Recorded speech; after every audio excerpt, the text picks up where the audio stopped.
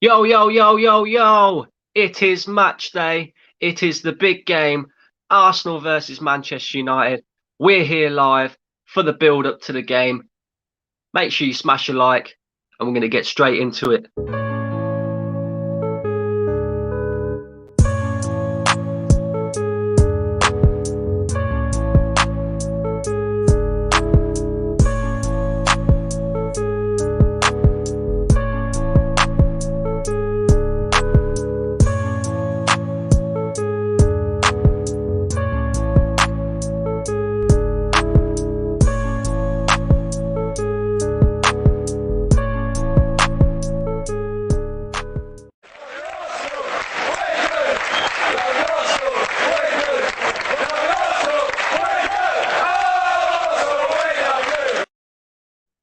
Good afternoon, good afternoon.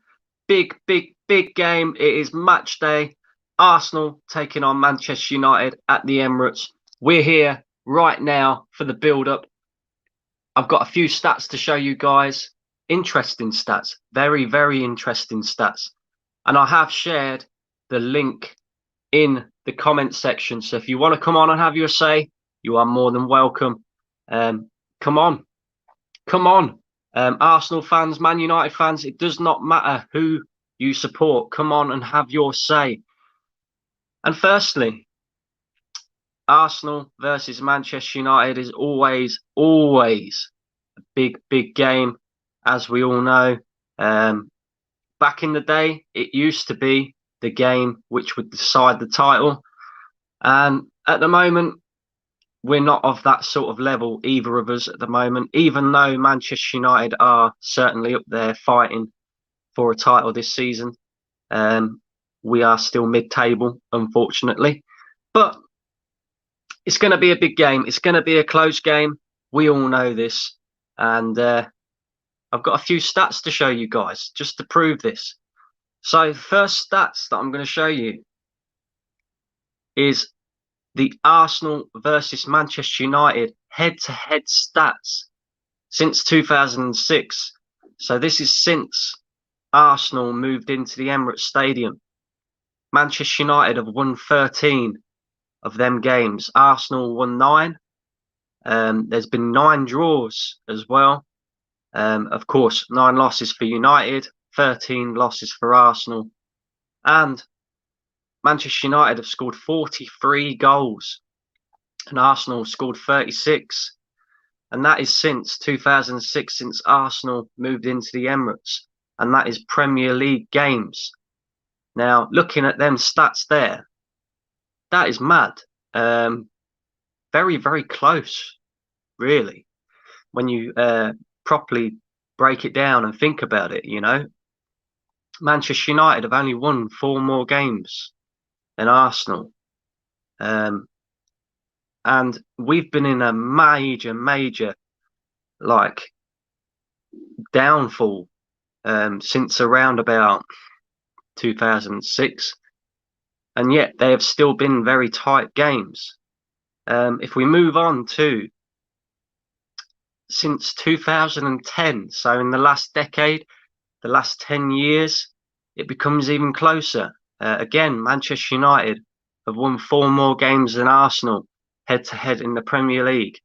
Manchester United winning 10 games, Arsenal winning 6. There's been 6 draws in there as well. And then if you look at the goals scored as well, Arsenal with 26, Manchester United with 32. So again, Man United have only scored 8 more goals. And you got to remember as well, in that time I think it was 2012 when they actually beat us 8-2. So you got to remember that out of them 32 goals, 8 of them came in one game. What a horrendous score and fixture that was for Arsenal, and hopefully we won't see any sort of repeat of that ever again. So that's interesting. It just shows how close things have been between Manchester United and Arsenal in recent years. If we move on to the managers, Ole versus Arteta, Obviously, they've only played each other twice. Arteta has won both of them. Ollie has lost both. Arsenal scored 3 and conceded none in that time. And again, it shows just how close the games have been between these two teams, even with these two managers in charge. Arsenal with 17 shots in total over the two games. Manchester United with 18. So that is only 1 shot difference. Shots on target have both been exactly the same. Arsenal with 6 over the two games and Manchester United with 6. And then if you look at the possession stats as well, they're exactly the same over the two games. Manchester United with 54% possession and Arsenal with 46% possession. It's mad. It's mad. It just shows how close these two teams are. And before we move on to the player stats, I'm going to get into a couple of your comments. Paul is in the building. Big up, Paul. How you doing, my friend? He says Diallo scored a brace. Is he playing in under 23s then, I would assume? If he scored a brace, it won't be long before he's in your first team, I wouldn't have thought. He seems like quite a decent player. So at least we haven't got to worry about him today, thank God. Chris, hi Brandon, big up to you, mate. Big up to you, Chris. How you doing? Paul, where do you think Everton will finish this season? Everton. Everton are a strange team, you know. They've got a very good coach. They've got a half decent squad as well, but they go a little bit under the radar sometimes, you know. They'll have a really, really good couple of wins, and they'll pull a good couple of wins out of the bag, and then they'll just get absolutely slapped up by teams that you just don't expect them to get slapped up by. Although they are doing a little bit better this season, I can't see Everton finishing any higher than probably 8th. I don't know. I expect them to finish above us, because I just got this feeling that, you know, as much as we have been decent in the recent weeks, I don't know. These next 5 games are really, really going to tell where we are going to be come the end of this season. And I just feel like Everton are probably that little bit better than us at the moment. But you never know. But yeah, I would say Everton, you know, between 7th and 10th, I think, you know. Don't remind me about that game, Brandon. Yeah, I don't want to be reminded about that either. You know, what a horrendous defeat that was, 8-2. And funnily enough, right, my dad supports Manchester United. He said to me, I've got tickets for the game, boy. Do you want to go? I was like, yes, let's go. Let's go. He said, you will have to sit in the Manchester United end, though. I was like, yeah, well, whatever. It is what it is. So obviously I couldn't wear my shirt or anything like that. But yeah, mate, having all these Man United fans around me celebrating 8 goals, and I'm sat there like, really, this is horrendous. So that made the day even worse. The fact that I had to sit in the Manchester United end as well and witness that. Shocking. Chris says Man City are 1-0 up versus Sheffield United. That doesn't surprise me. It surprised me the other day when Sheffield United managed to pull off a win against Manchester United, because they have been shocking this year. That was only their 2nd win all season, and Man City won't make the same mistake that Manchester United did. That's it now, you know. Man City top of the league, and I expect them to stay there for the remainder of the season now. I'm okay, mate. I hope that you, your daughter, and the missus are all okay. Will there be a watch along versus Manchester United? Yes, there will be a watch along, and I'll get into that in a bit. I am going to be doing a watch along, so make sure you come and tune into that. As regards to me, my missus, and my daughter, we've had our 10 days in isolation now. We went and got tested today. We got our results back, and we are COVID free. So that is something else to celebrate, even better. I can go back to work now, start earning some money rather than sitting on this shitty sick pay. And yeah, my daughter's all good, my missus is all good, and I'm all good. And hopefully Arsenal can make me feel even better today by getting them 3 points. Great, I'll be on your watch along. Big up to you, Chris. Big up to you. So, player stats now, right? Because when we was doing a combined 11 here on the channel, there were one or two, I wouldn't say arguments, but debates over certain players, you know, and I think what we're going to have to do is just have a look at some of these stats, because like a lot of people would say to me, David De Gea over Bernd Leno all day long. And I would have said the same thing as well. I did say the same thing, you know. But then I've looked at the stats, and now I'm not sure, you know. There was a debate about Rob Holding or Lindelof, so I've done some stats on them as well. Same for Tierney and Luke Shaw, and the same for Saka and Greenwood. Although I think we all agreed that, you know, Saka trumps Greenwood, especially at the moment. You know, Greenwood's not played an awful lot of football this season. But these stats are very, very interesting, and we're going to get straight into them, right? De Gea versus Leno. Leno's played 20 games this season in the Premier League. David De Gea's played 18, so he's only played 2 less. De Gea's kept 6 clean sheets. Leno's kept 7. De Gea's conceded 24 goals, whereas Leno has only conceded 20. Leno's made 48 saves, which is 10 more than De Gea, who has made 38. Passes. Obviously, we have 2 different styles of football. Arsenal like to play out of the back, so you expect Leno to have produced more passes, which he has. He's nearly doubled David De Gea's passes, of 615 for Leno, 326 for De Gea. And accurate long balls. Now, this one really did interest me, because I've always said that Bernd Leno's distribution is not that great, especially when he's playing long balls. But what really did interest me is the fact that accurate long balls, 62 of his long balls have been accurate, compared to David De Gea's 53. Now, that is very, very, very interesting. If you base it off the stats, Bernd Leno has probably been better than David De Gea this season. Although, like I say, there are 2 different styles of football. Arsenal like to play out from the back. Manchester United do sometimes do that, but it's not something that is, you know, part of their game as such. But yeah, just looking back at them stats, like I say, 7 clean sheets in 20 games, 18 games, 6 clean sheets for De Gea. Very, very similar. Very, very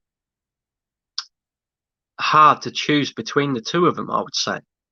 You know, David De Gea, I can remember, right, the last time Manchester United beat Arsenal at the Emirates.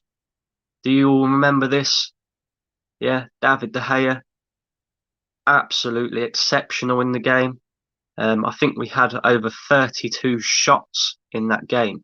It was one-sided game. When you look at the possession stats and the amount of shots that we had, it was a very one-sided game.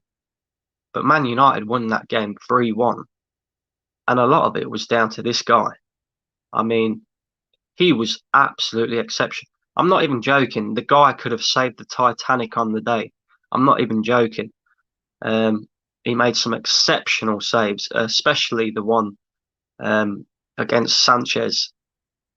And another one that I remember as well is Lukaku. The ball deflected off Lukaku.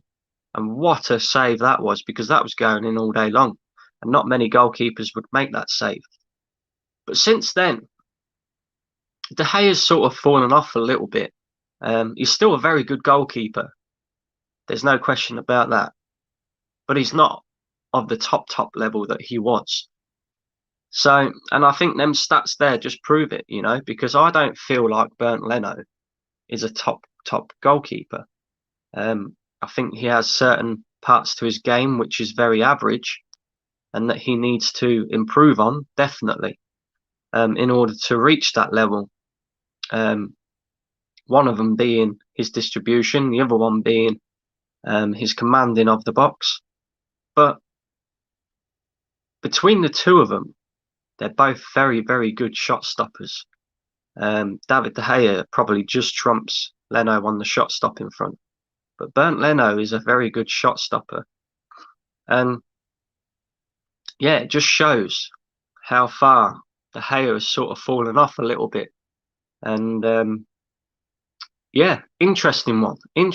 So guys, based off them stats, if you had to do a combined 11, Arsenal, Manchester United, who would you have in goal? Would you go with De Gea? Because he has been the better goalkeeper over the years, you know, because of what he used to be able to do as such? Or looking at them stats now, would you pick Leno? Let me know in the comments. Let me know in the comments, guys. Of course, we had the debate on this channel when we was picking our centre-back pairing, doing the combined 11. We said Harry Maguire is definitely in there. And then we had to pick someone to go next to Harry Maguire. Now, me and Agal tried to make a case for Rob Holding, but of course KJ and Indiana wasn't really having it. There was a little bit more like, nah, Lindelof. Lindelof all day long. It has to be Lindelof. So I've done my research on them two as well. And I've got some stats to show you between Rob Holding and Lindelof, because it is interesting to see which one has been better this season.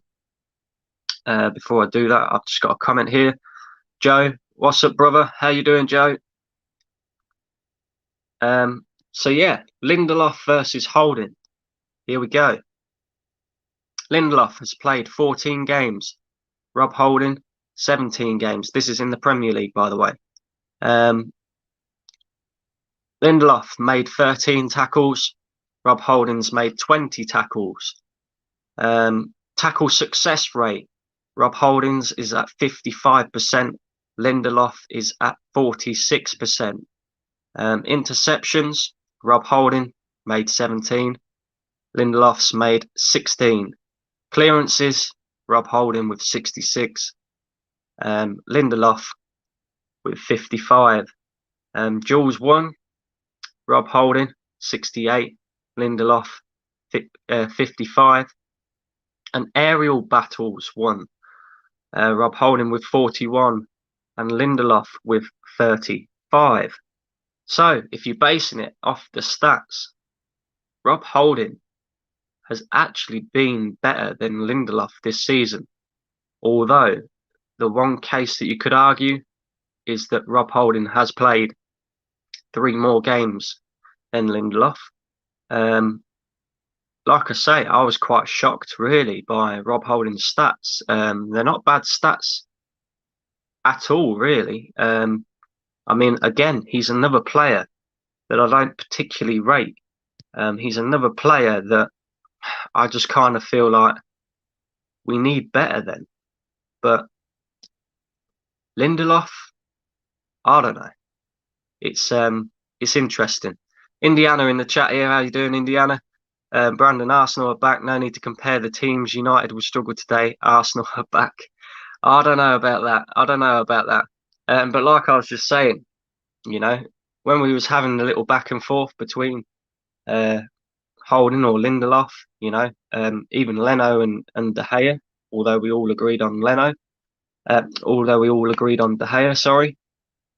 I thought I'd just do a little bit of stat research and just have a look, you know, and looking at the stats, I don't know, my man, you know, Holding, Lindelof, very, very similar. Very similar in their departments. Of course, again, let me know in the comments section, basing it off of what I've just shown you. If you had to choose who you would start next to Harry Maguire, would it be Rob Holding or would it be Lindelof? Who do you think's had the better season so far? And it'll be an interesting one today, you know, because that is a matchup between them two players. That's like I say, very, very, very similar in certain departments. Then, of course, I think the biggest debate that we had on the channel was the left back position. Now, the Man United fans were saying about Luke Shaw and how brilliant he's been this season. Obviously, you know, I would accept that myself. You know, Luke Shaw has been very good. But I just looked at Kieran Tierney and I thought, nah, no way.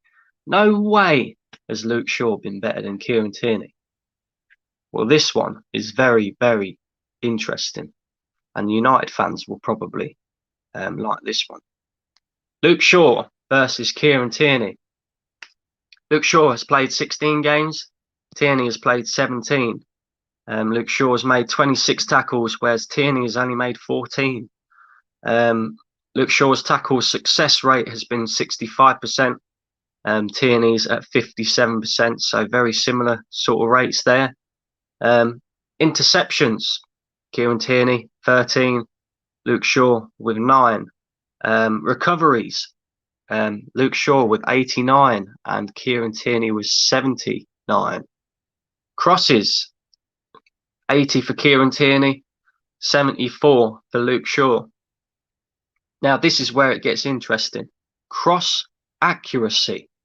Now, I've always been one who's for Kieran Tierney's crossing, and his accuracy with his crossing has been exceptional. And you can't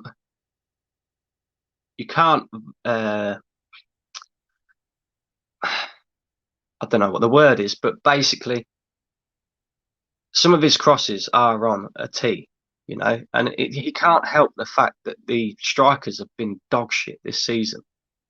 But I was pretty darn spooked by this one because it's like cross accuracy. Luke Shaw, 32%. Kieran Tierney's cross accuracy, 19%. 19%. My word, that shocked me. Absolutely shocked me. And yeah, any argument that we had for Kieran Tierney to be at left back in the combined 11, I take it all back. You know, Luke Shaw has been better than Kieran Tierney this season. There's no question about that. But my word, that one absolutely shocked me. And of course, assists. They've had 1 assist each. So again, interesting. Very, very interesting. Big up yourself, mate. How you doing? 0-0 draw incoming. You know that's going to happen. We're going to make a big thing of this game, and it's going to end up being an absolute boring dog shit draw. Chris, good research, Brandon. Well done, mate. Thank you very much. I have to do my research. Indiana, it's more about freedom. He has been given Rashford. Yeah, that's true. That is true. Although, you know, Tierney does get forward a lot, mate. He does get forward an awful lot. And most of our attacking play does actually come from Tierney making overlapping runs. So I was very, very, very shocked by his crossing accuracy, you know, especially that one. That was just like, nah, no way. 19%. That's mad. Anybody who wants to jump on, the link is in the comments section. Go and jump on, mate. Come and jump on and have your say before the big, big game. And let me know who you think's going to win today. Like I said, the link is in the comment section. If you want to jump on, jump on. And then, of course, we had to do this one. And because of the lack of football that Mason Greenwood has played this season, we've just gone from when he first burst onto the scene, and the same for Bukayo Saka as well. And when you compare them like that, they've played a similar amount of games. So we've gone for it. We've gone for Mason Greenwood versus Bukayo Saka, and here's your stats. Greenwood has actually played 48 games. Bukayo Saka has played 45, so Greenwood has played a few more. Greenwood scored 11 goals and made 1 assist. Saka has scored 6 goals and made 7 assists. Big chances created, 2 for Greenwood and 9 for Saka. Shots on target, 20 for Saka, 30 for Greenwood. And shooting accuracy, 43% for Greenwood and 37% for Saka. So again, when you look at the stats and you compare them, obviously they play 2 different positions. Saka's more of a, well, he can play anywhere really, but he's predominantly played on the right-hand side or even the left-hand side, whereas Mason Greenwood is a striker, although he has played on the right-hand side for Manchester United as well. Very, very similar in certain departments. I mean, obviously goals. You'd expect Greenwood to be scoring more goals than Saka because he's a striker. Although saying that, he has played it out on the right-hand side.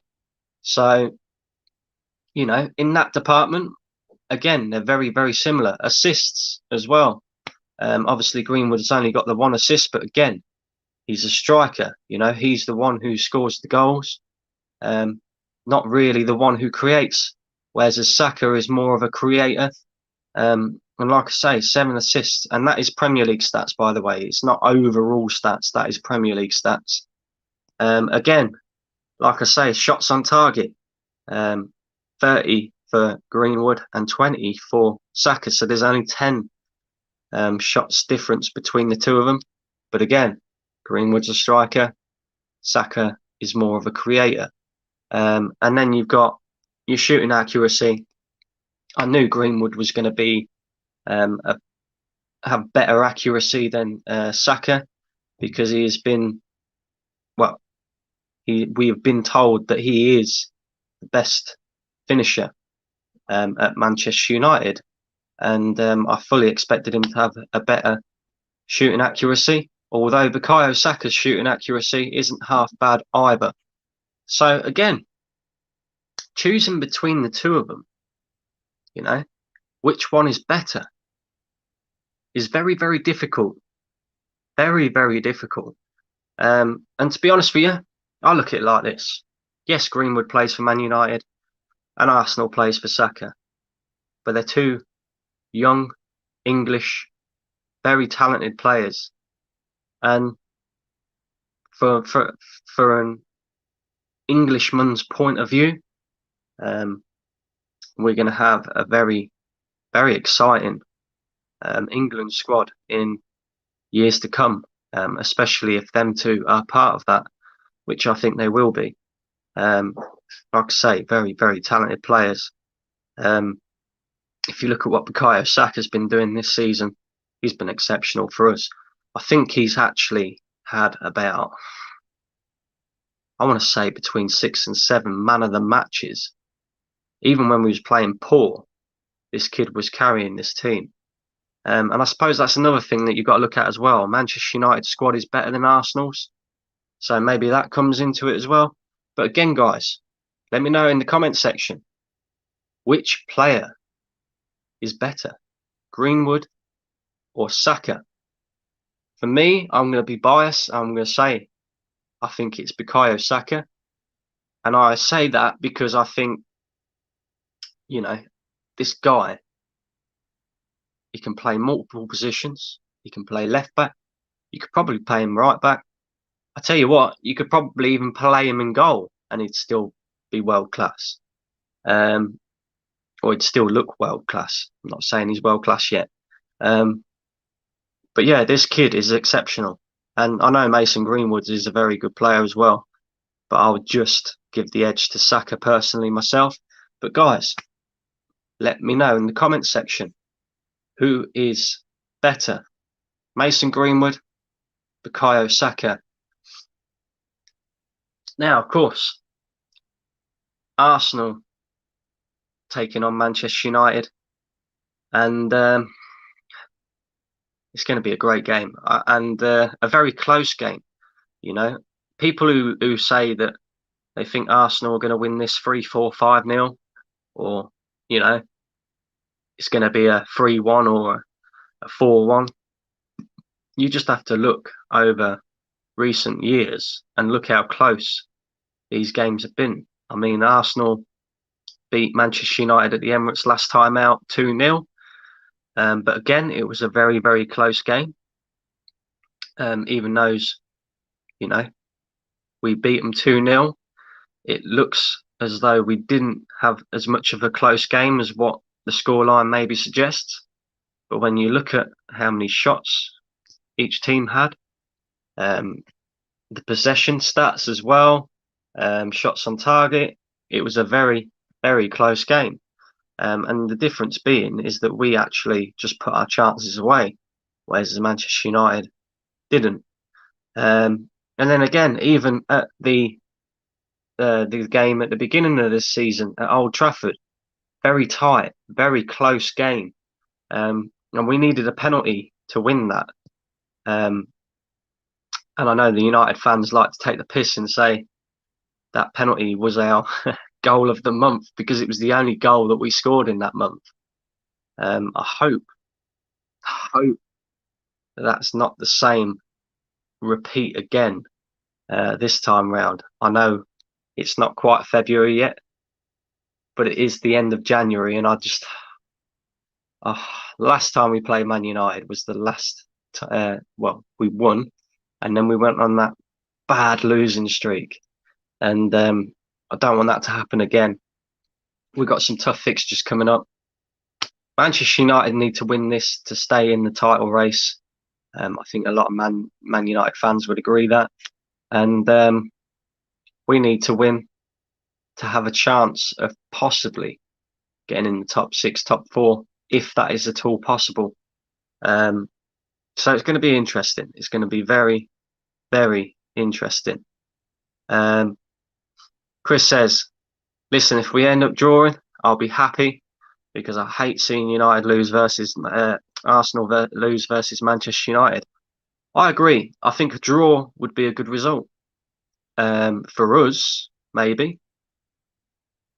I don't know, actually. You know, I kind of feel like we both need to win this game.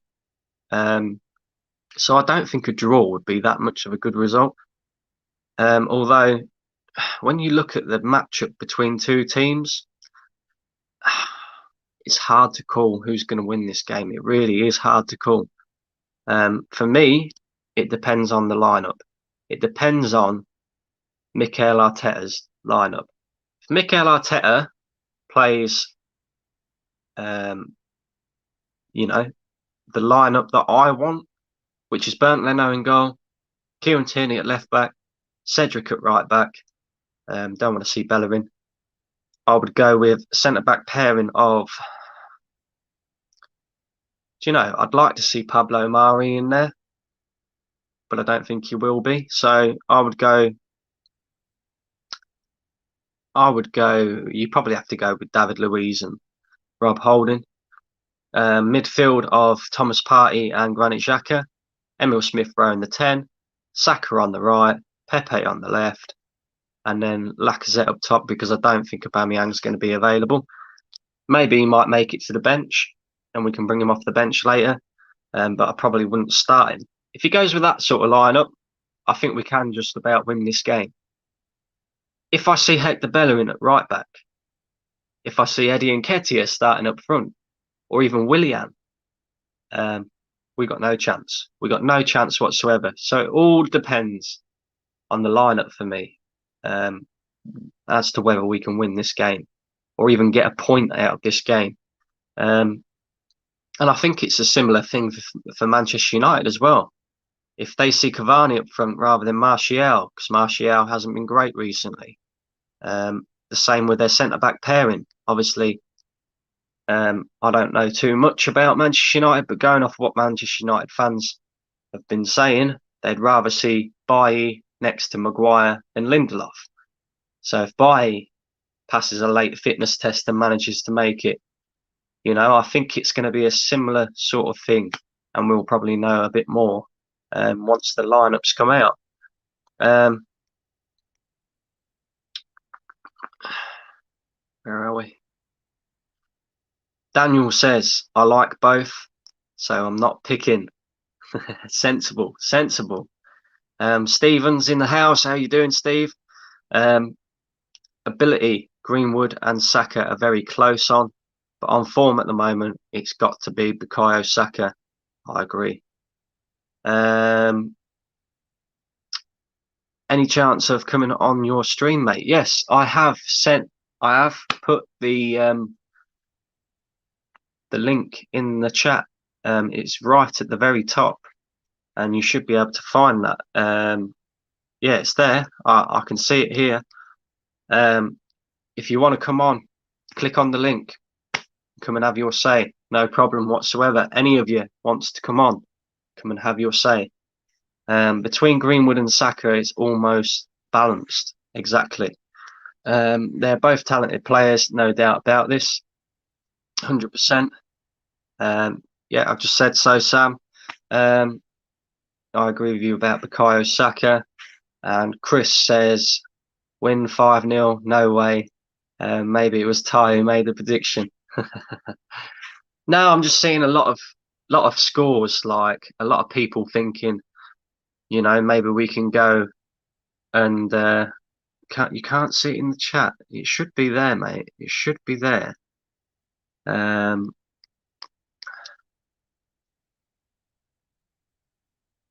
Just bear with me 2 minutes, guys. Just bear with me for 2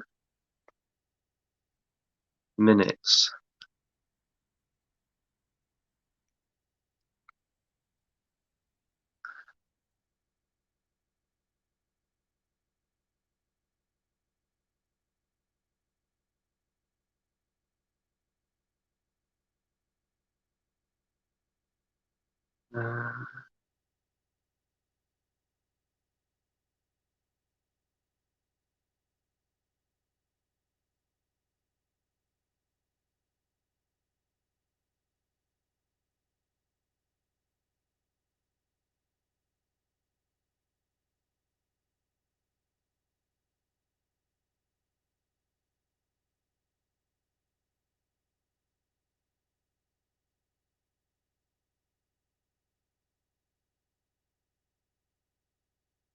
Right, there we go, guys. I've just posted it in the chat again.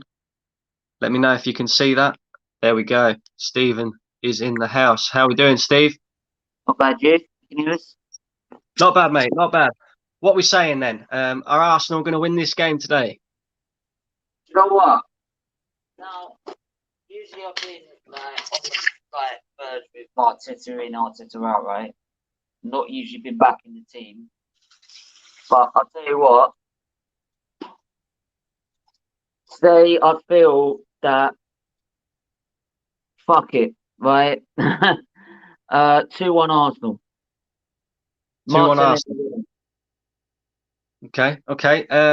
Does it depend on the lineup for you, or do you just think we will just go and win this? Yeah, it does depend on. I think Man United are going to go out with their full strength lineup. There's no doubt about it. They've got to get a reaction somehow. This is more. I think the pressure is more on Man United because they've got to react like they used to do back in the Fergie era when they went on like Man City do. When they lose badly, they go out and trash the next team. So it's down to them if they want to stay in this title race. So the pressure's on them. The limelight's going to be on them. For us, we're in the same situation if we win or lose, to be honest. So But if Arteta picks, and I'm specific on this lineup of Leno, Cedric on the right, Gabriel, unless he's not fit, and I mean like match ready fit, then it would be Holding Marie. But Gabriel Marie, Tierney on the left back, Xhaka Partey, and then Saka on the right, Martinelli on the left, Smith Rowe and in the middle, Laka up front. Okay. Okay. Because I don't think Odegaard's quite ready yet.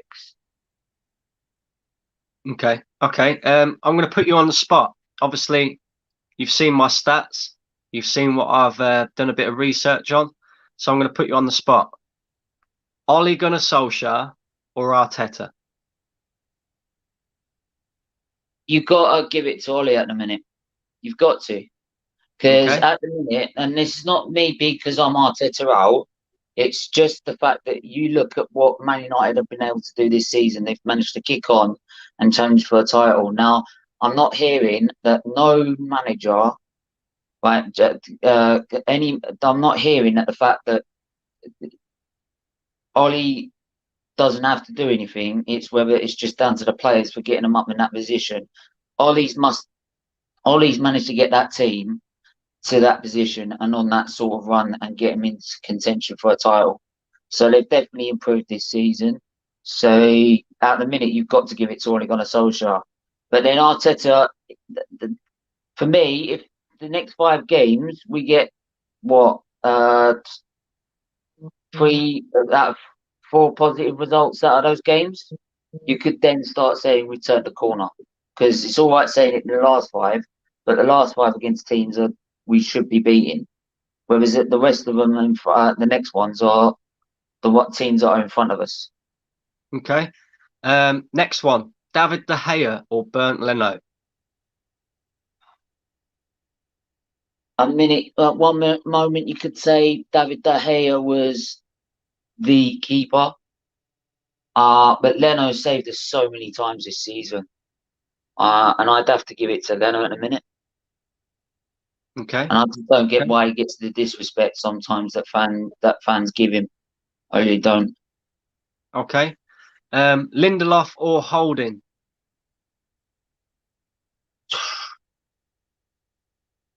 Lindelof for me. Okay.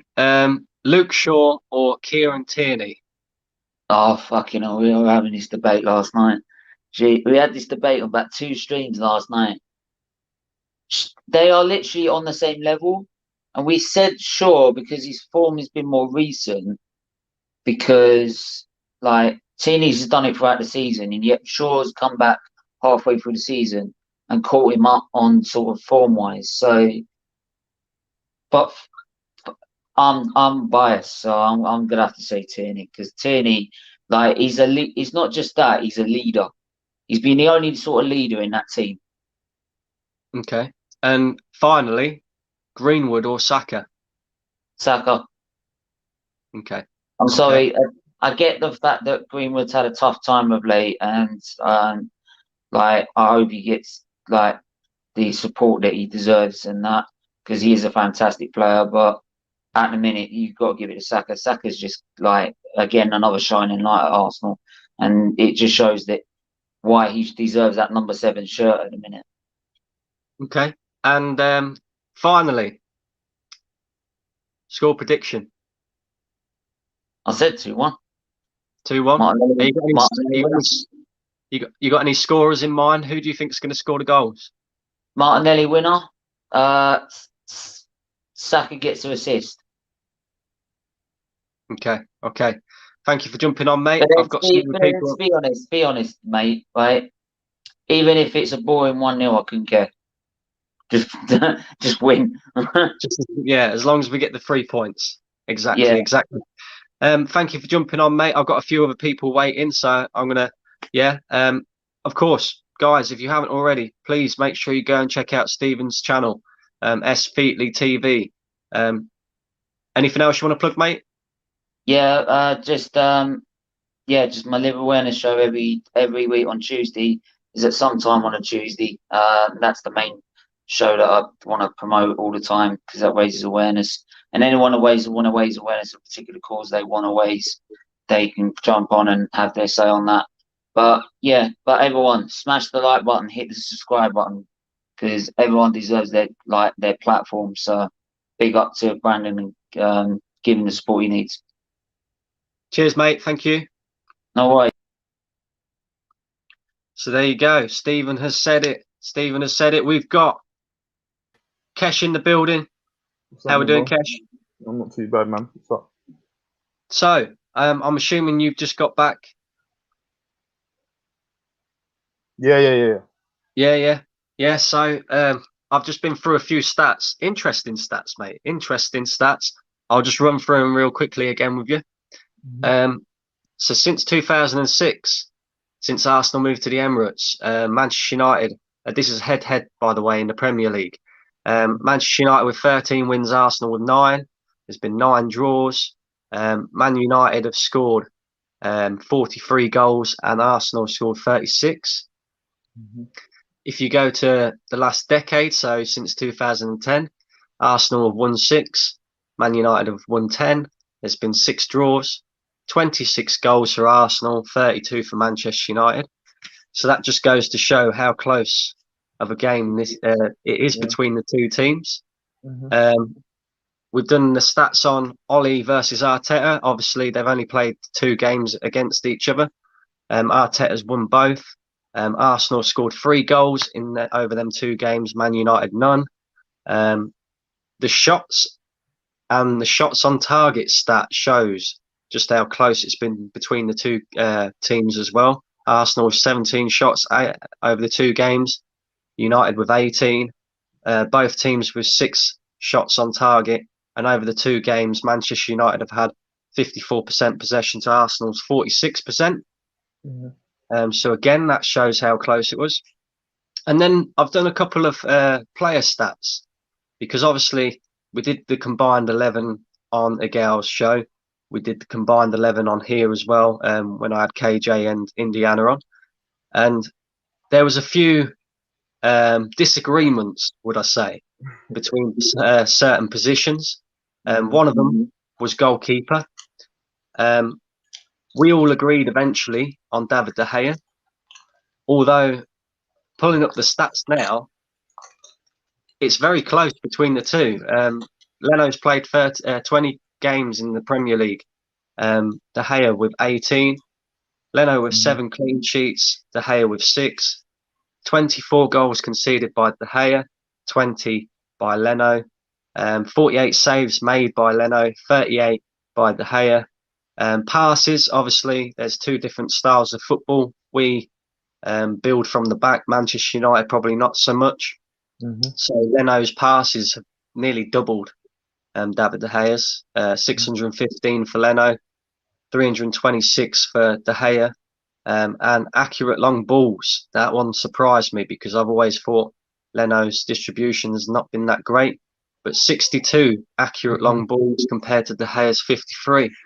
What do you make of that, mate?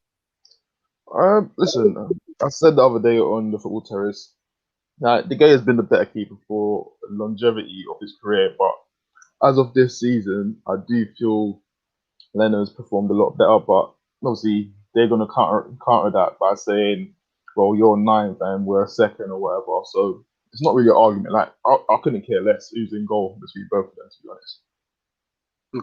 Okay. We've gone with another stat of Lindelof or Holding, because we had the argument that, we thought we could probably get Rob Holding in the centre-back pairing. 14 games played by Lindelof, 17 by Rob Holding, 20 tackles made by Rob Holding, 13 by Lindelof, 46% tackle success rate by Lindelof, 55% by Holding, 17 interceptions by Holding, 16 by Lindelof, 66 clearances by Rob Holding, 55 by Lindelof, 55 duels won by Lindelof, 68 by Holding, and aerial battles won, 35 by Lindelof and 41 by Rob Holding. Very, very similar in stats. Yeah. You know what? Like, I think Lindelof is a better technical player. I think he's got higher ceiling than Rob Oldham. But the thing with being a centre back is you've got to be brave, and Lindelof lacks that ability to be brave when key moments where he takes charge. What you tend to see from Oldham is over the last the period where we wasn't winning any games, the whole chemistry between the team kind of contributed to him having poor games. Not that I rate Oldham, but I didn't think the way he was playing was his level. He should be playing a little bit better than what he was playing. What you're seeing now is a more settled team, and he's coming into games now. He's trying to take responsibility. And if you look at the overall performance of both players, I do think Oldham edges it just by that much. Okay. The next one, right? This one really shocked me a little bit, because obviously we had to have the debate: Luke Shaw or Kieran Tierney. Now I've found it very hard to give up Kieran Tierney for Luke Mate, Shaw. I fucking paid a super chat just to get him in there, mate. You know what I mean? Yeah. Like, I don't get the argument. Like, I know they're giving it the big one that Luke Shaw's been the better left back, well, the best left back, they say, in the league so far this season. Saying that if you look at his defensive stat, well, he's a defensive player. He doesn't really offer much, really, truly. Like, they're going to say, oh, but he's got one more big chance created than Tierney. But yes, the stat might say that, but if you actually watch the players and watch what they're doing, like Tierney is clear of Luke Shaw, well clear of it. See, it's funny, this one, because I've got the stats for this as well, and the stats doesn't really match up what you're actually seeing and what you're actually watching on the pitch. Exactly. It's mad. So if we go Shaw versus Tierney, 16 games played by Shaw, 17 by Tierney, 26 tackles won by Luke Shaw, 14 by Tierney, 65% tackle success for Shaw, 57% for Kieran Tierney, 9 interceptions for Luke Shaw, 13 for Kieran Tierney, 89 recoveries by Luke Shaw, 79 by Tierney, 74 crosses for Luke Shaw, 80 by Tierney, 32% cross accuracy for Luke Shaw, and only 19% for Kieran Tierney. And then, of course, 1 assist each. That's mad. 19% cross accuracy. Think about how many chances that should have been buried by our strikers. It's obviously it's their way of measuring what a chance is, but I'm seeing plenty of opportunities where he swung one in and then Bamian's head has just been gone to the keeper, gone over the bar, and you know he should be doing better. Like, he's a better attacking threat. I'll give it to Luke Shaw that he's strong defensively, but in terms of the modern game, like, I need to see a lot more from you going forward, and I don't think Luke Shaw offers that. No matter what that stat says, the eye doesn't lie. 100%. And then, of course, we had to do this one. The 2 young English talents of each team. And I've compared the stats for the 2 of them since they burst onto the scene, or their Premier League stats. And again, I was quite surprised by how, I know they're both very talented, but how similar their stats are. So, of course, we've gone Greenwood versus Saka. 48 games played by Greenwood, 45 by Saka. 11 goals for Greenwood, 6 for Saka. 1 assist for Greenwood, 7 for Saka. 2 big chances created for Greenwood, 9 by Saka. 30 shots on target for Greenwood, 20 for Saka. 43% shooting accuracy for Greenwood and 37% for Bukayo Saka. I think they're very even players. I think that they've got the world at their feet. They can go on and achieve whatever their art desire. It's about them applying themselves as young professionals and working hard and staying grounded and not letting the eye get to their head. Like, obviously, people say he scored 10 goals, or I think it was like 19 in the altogether, whatever, for Man United. But he is a striker. He is a finisher. He's a very clinical finisher. Like, I haven't seen someone with at his age that can finish as well as him in quite a long while. So I give him that. But in terms of other things, I still think he's missing the movement of such of a striker, there's still little things that he needs to work on in his game. So when I hear this argument that he's way ahead of Saka, I'm just thinking it's nonsense. Just let the kids play. Exactly. Well, the way I look at it is it's very exciting from our point of view. You know, for England, you know, two very, very good young talents coming up out of the youth ranks at two separate teams, two of the big teams in the English league, and doing very well. It's looking exciting for England in the future, definitely, especially when you think you got Phil Foden at Man City as well. Yeah, very, very exciting. No, it's impressive, isn't it? Like England's got a very bright future. If you look at the talents that are filtering through right now, it's crazy. Like you got, I think, is it Jamal Marcel at Bayern Munich? Germans are trying to take him as well. So there's lots of talent there, man. Yeah, definitely. I'm going to put you on the spot, Kesh. I'm going to put you on the spot. Obviously, we've ran through stats of players, but I just want your personal preference. Ole Gunnar Solskjaer or Mikel Arteta? It's Mikel for me. It might be a bit biased, but it's Mikel for me. Like, listen, I'll keep saying, I don't believe Oli has been backed as of such. I still feel that the Glazers owed out on him.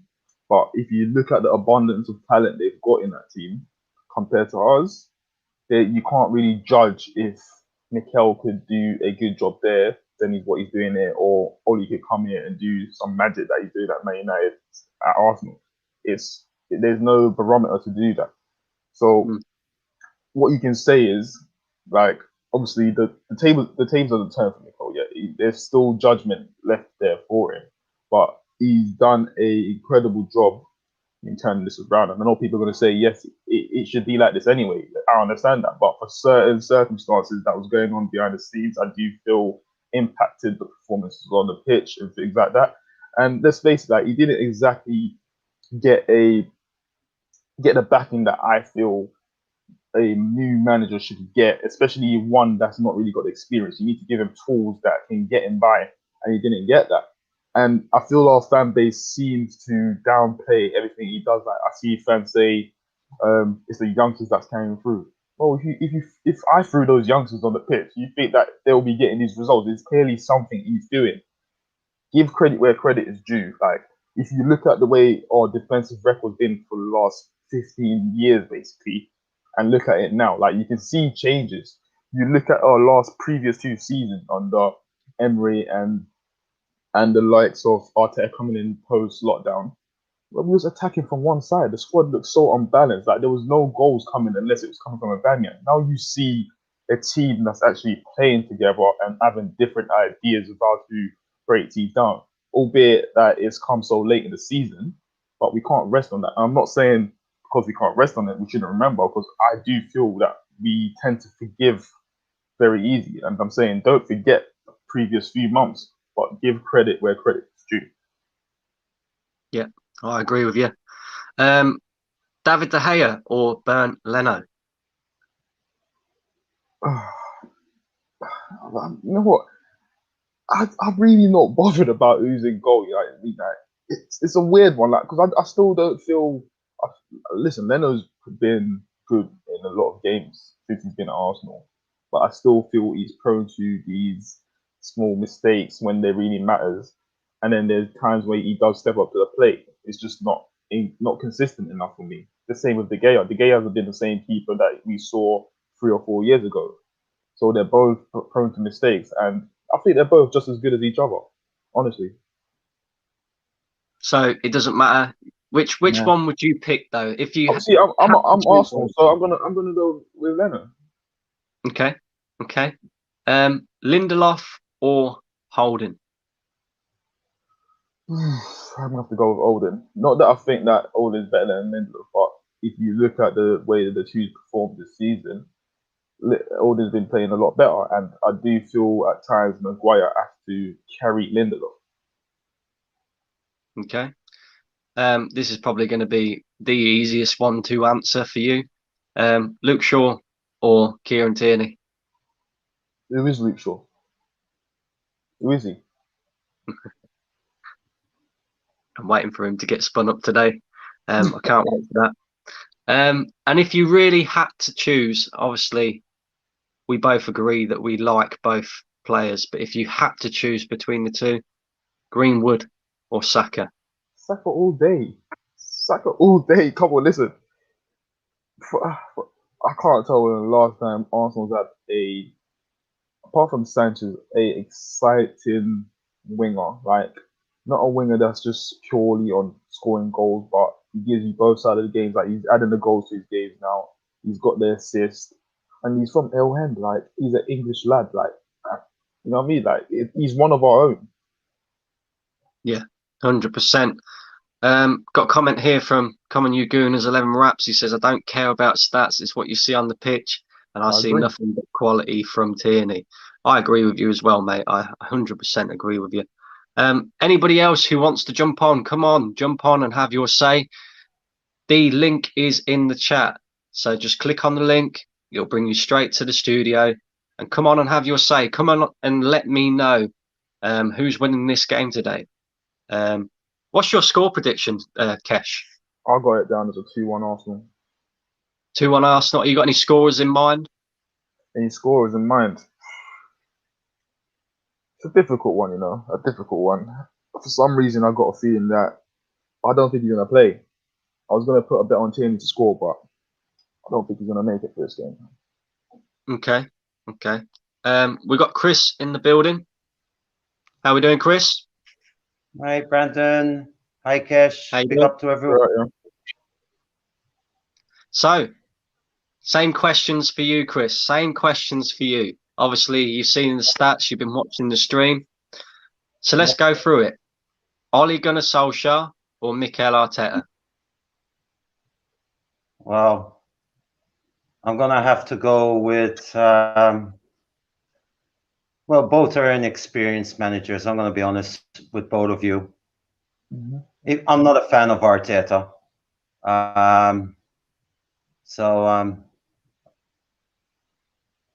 I don't know. Well, I'm an Arsenal fan. What can I say? I mean, if I don't rate my manager, he's still our manager. I'll have to go with Arteta. Unfortunately, I have to. Okay. Bernd Leno or David De Gea? All right. I was hearing you and Kesh speaking about these two goalkeepers. We mustn't forget in the past how much criticism David De Gea has received. Most of the time he has good games, but he makes mistakes. The same with Leno. Recently, Leno, in my opinion, has played very well for us. I would prefer Bernd Leno. Okay. Lindelof or Rob Holding? Yeah, that's a very interesting one. That they're both very, you know, I mean, what can I say? I mean, Holding. Look, I want to see as many English players in our squad, but I mean they have to be of a decent standard, you know. I can't say that he's class Holding, but now that since he signed a new contract, in my opinion, whether we like him or not, we got to have faith in Holding. Lindelof, I think, is a better player, but I'll go with Holding. I actually feel like Rob Holding has actually been pretty. I don't want to be too biased. I base my opinions on reality. Lindelof is better there, but I'm going to go for Holding. Yeah. I actually feel like Rob Holding's been pretty decent since he signed his new contract. I don't know how you feel about that, Kesh. Yes, I feel like maybe it's given him a sort of that feeling of importance. I feel that that's what it's probably done for him. Like some of the headers that I'm seeing him going for is like he's taking charge now. For long, I've seen Alden just cruise through games where he's not taking charge and things like that. But recently, he's taking charge and he's dominating in the air, something I've not seen for quite a long while. So, listen, as I said, like I'm not gonna be one of these fans who flip from my thoughts and my opinions. I still don't believe that he's good enough to be Arsenal leading centre back.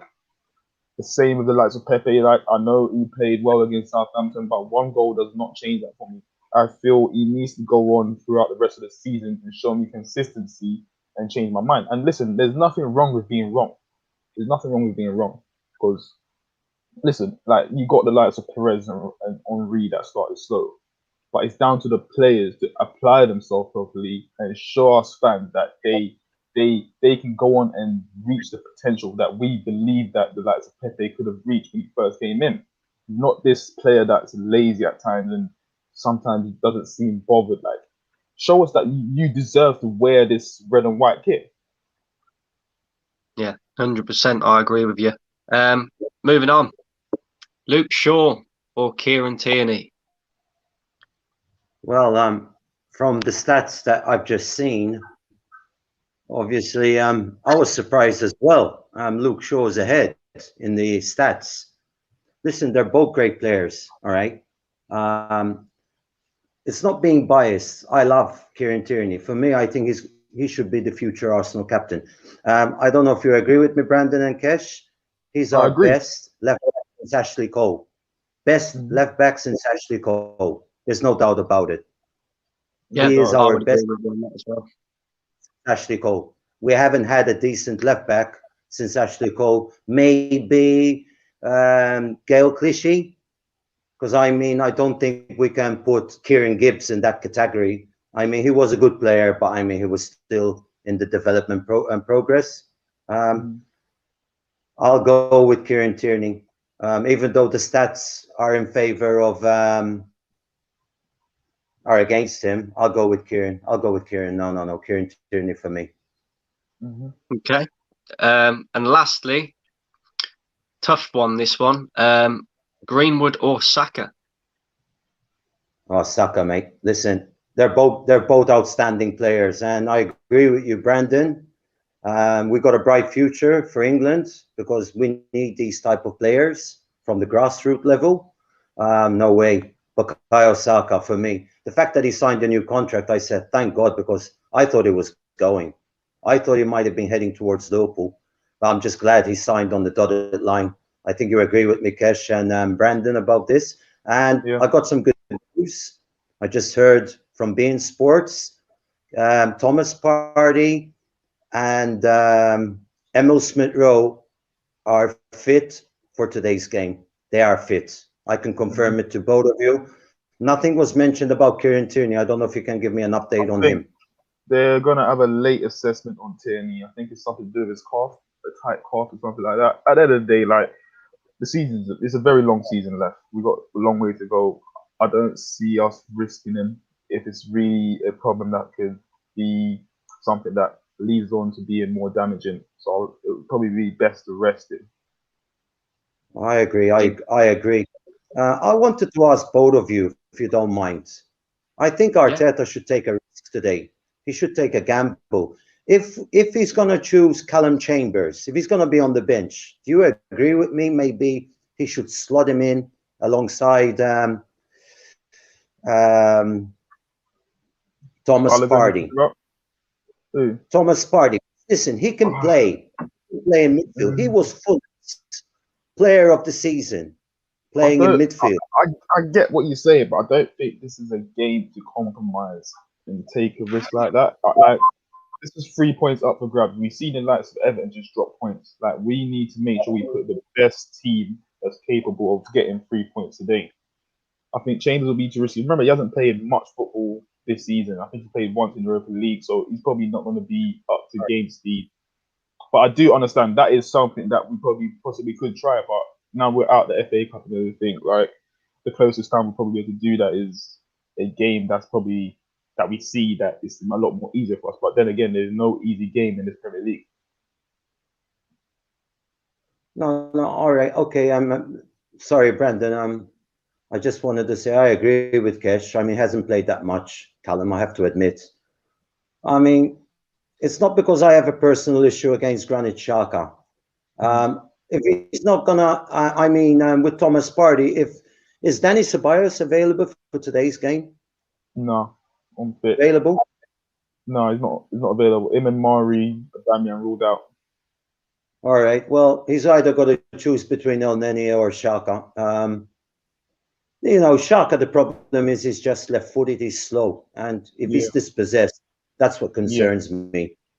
You know, that does I mean, you that that does concern me as well. But what I've seen over the last few games is he's not really on the ball as much as he was before when Partey was out. I feel like Partey is taking that responsibility of driving us forward, so yeah, it lessens his responsibility. Because what you tend to see over the previous few years with Shaka is because he's the one that's taking initiative of getting on the ball, and he's not very good at it. He sometimes doesn't want to take the risk, and because he doesn't want to take the risk, he takes more touches. And what happens? He gets caught on the ball, and then the next team goes and counter against us. Or when he does try to play the ball, it's not good enough. He gets cut out. yeah. I agree. I agree. And lastly, Chris, score Yeah. prediction. Score. What's your score Oh, prediction God. for today? Score prediction. Well, I mean, a week ago, I try to be positive. Don't get me wrong. I love Arsenal to bits. Been supporting in 40 years. I've seen them in good and I've seen them in bad. Last week, I said 3-1 to United. I mean, I've just got, you know, I don't know. I think they're going to nick it 2-1. I hope not. It depends on the lineup of Arteta. You know how unpredictable Arteta is. If he's going to play Bellerin at right back, he's going to get roasted. He's going to get roasted on the left. I would play at least Ainsley Maitland-Niles as left back and switch Cedric to the right. I don't know But if you then, agree. you know what? Listen, I'm not Bellerin's biggest fan, and I think we need an upgrade. But I feel like this is a game where you give certain instructions in order to mitigate Bellerin's frailties. So you need to tell Partey to stay a lot more closer to the Bellerin. Be over there to protect the spaces that he leaves vacated. So I feel we can get away with it in this game, but it's just about or how Mikel sets up and the instructions he gives the players. So this is a game of tactics. Whoever Exactly. outsmart whoever, that's how we win this game, innit? And remember, like they're gonna have the likes of Pogba in midfield and things like that. So it's not just us that's gonna have frailties. Pogba is the sort of person he's been playing the deepest of the midfielders. So what tends to happen with Pogba is as good as he is, and he's way better than Xhaka, he tends to have that same thing where he gets caught on the ball when you press him sometimes. So if we can manage to nick the ball off Pogba high up the field, I think they'll be in trouble as well. So let's not focus on our weaknesses. Let's focus on theirs. No, I agree 100%. with Gesh. We got to be optimistic. I hope we win. I can't stand losing against United. I Listen, can't. I can't stand it as well. I just want to see a good performance, not a performance where we go out there and put ourselves to shame. Let's go out there and show that we're man enough, we're moving in the right direction, and we want to play for this badge. That's what we need to do.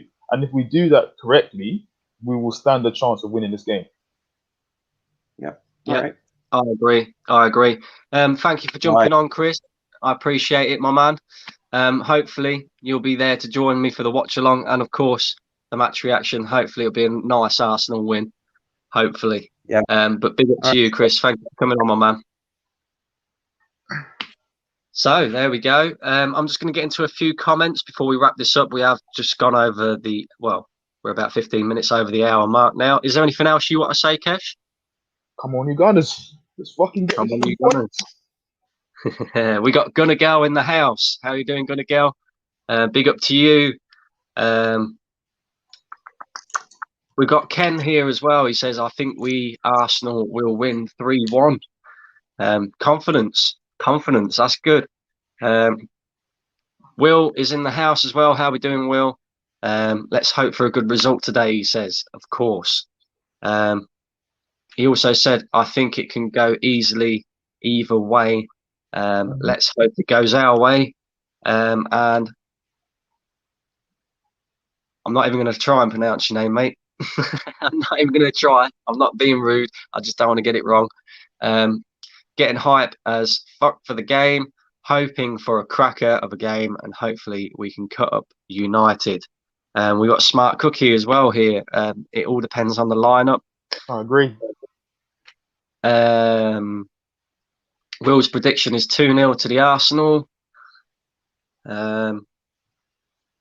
Because we both play the same formations and both have decent players, it is even bragging rights on the line. We got to get behind the team. And come on, you Gooners, says 1-0 United. but I really just want to win. So it's an interesting one. I've gone 2-1 Arsenal. Kesh has gone 2-1 Arsenal. Hopefully, we'll be back here smiling after the game. And like I said, I am doing a watch along. Make sure you come and join in for that.